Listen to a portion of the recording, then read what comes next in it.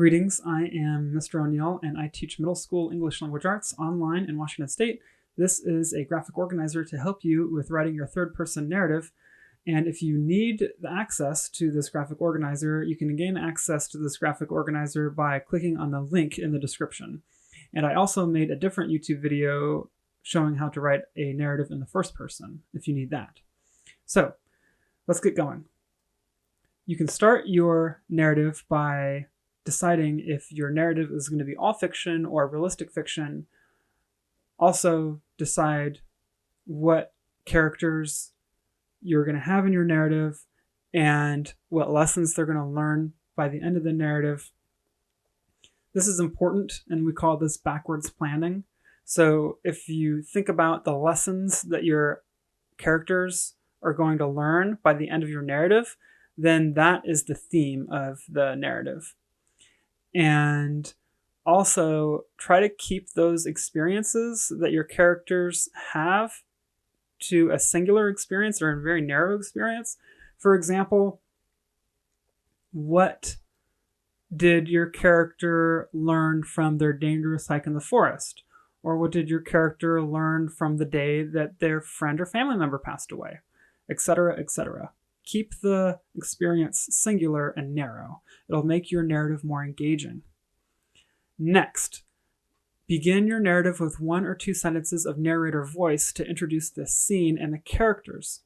Once your narrator has introduced the scene and the characters for 1 or 2 sentences, then jump straight into dialogue between the characters, which is going to be a lot more exciting and engaging than all narration.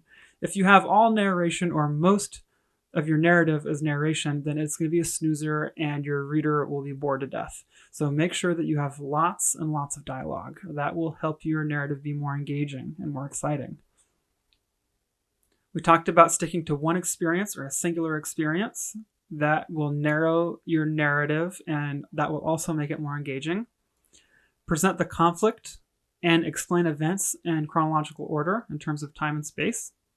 For example, when you are thinking about the type of conflict in your narrative, is it human versus nature, human versus human, human versus self, human versus society, or human versus machine or technology?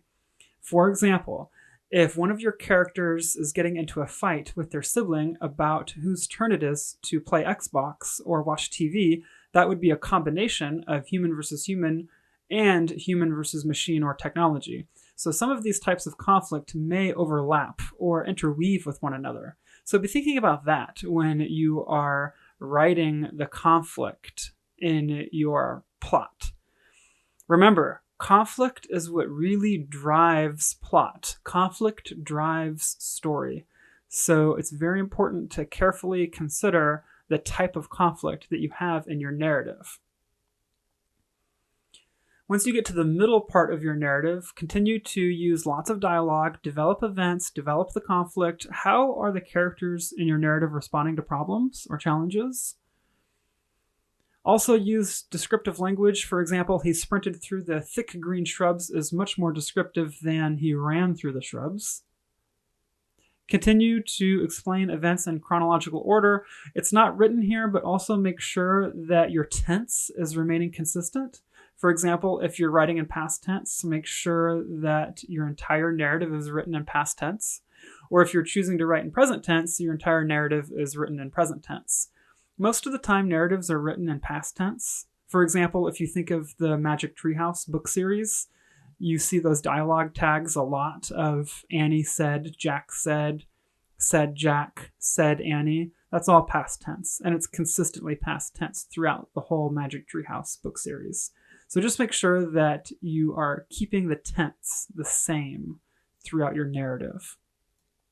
Present the resolution to the conflict at the end of your narrative. There should be a tidy end, which means no cliffhangers. Once again, the theme is going to be the lessons that your main character learned or other characters learned at the end of the narrative.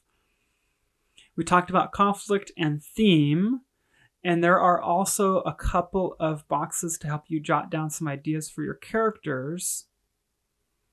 It's not a perfect science. You'll get better at writing narratives the more you do it. No one is perfect. Just do the best you can. And hopefully this graphic organizer helps you with organizing your ideas. Double check the rubric that your teacher or instructor or professor has given you for your writing assignment, because the rubric is going to tell you how you are graded. And good luck.